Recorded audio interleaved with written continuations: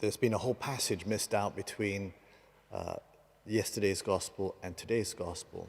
Yesterday's gospel, if you remember, Jesus, they were about to stone Jesus because he claimed to be God. And so he went off into a place in the wilderness in the Jordan. He's hiding himself because they want to kill him.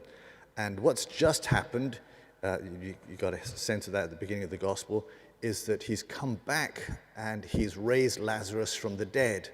This is the final straw for the Sanhedrin, those in leadership, especially the Sadducees. The Sadducees don't like this at all. The Sadducees are apoplectic about this, though it doesn't say the Sadducees are apoplectic, but you would assume they are. Why are we assuming that the Sadducees are apoplectic about Jesus raising Lazarus from the dead?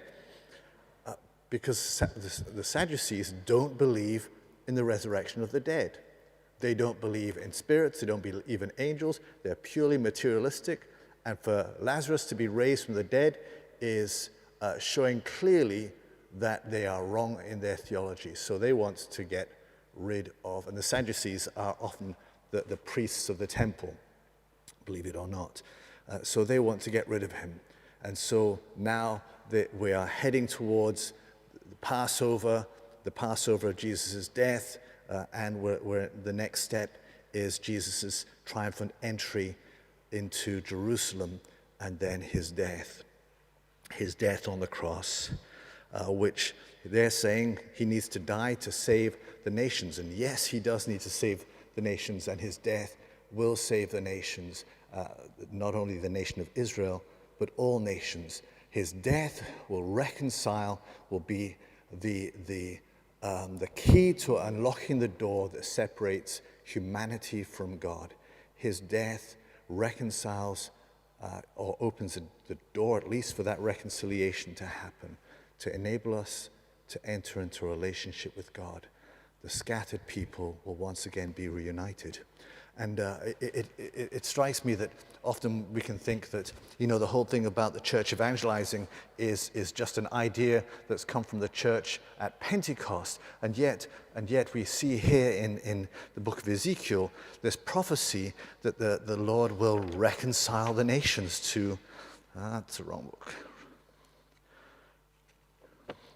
The Lord will reconcile the nations and bring them back to dwell on the land, in the promised land, to dwell on the holy mountain. The Lord is calling everyone. This is the role of Israel, to draw all humanity back so that they have one king, one shepherd, one prince, so that we'll be one again as it was before the fall. This is the whole purpose of Israel. This is the whole purpose of the people of God, and fulfilled now in the church, that we're being reconciled with the Father, so that we can know God as Father, that we can truly be his children and know ourselves to be his children. And he does this by his death on the cross, which he does willingly for us. That's his purpose. So we're heading towards Israel. He desires that we be reconciled. Our sin is what separates us from God. And so we have our mother cooperating with the work of the Father in reconciling the world to himself. She who said yes to him to give birth to the Son, so that Jesus, the reconciler, she's the mother of reconciliation, Jesus Christ our Lord.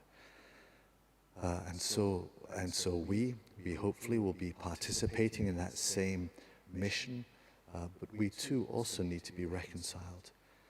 We do that here at Mass, we do that through the sacrament of reconciliation, through baptism, and so let's continue to try to live that life of holiness, asking the Lord to put his law into our hearts, to put his law into his mind, that we might know him and that we might live for him.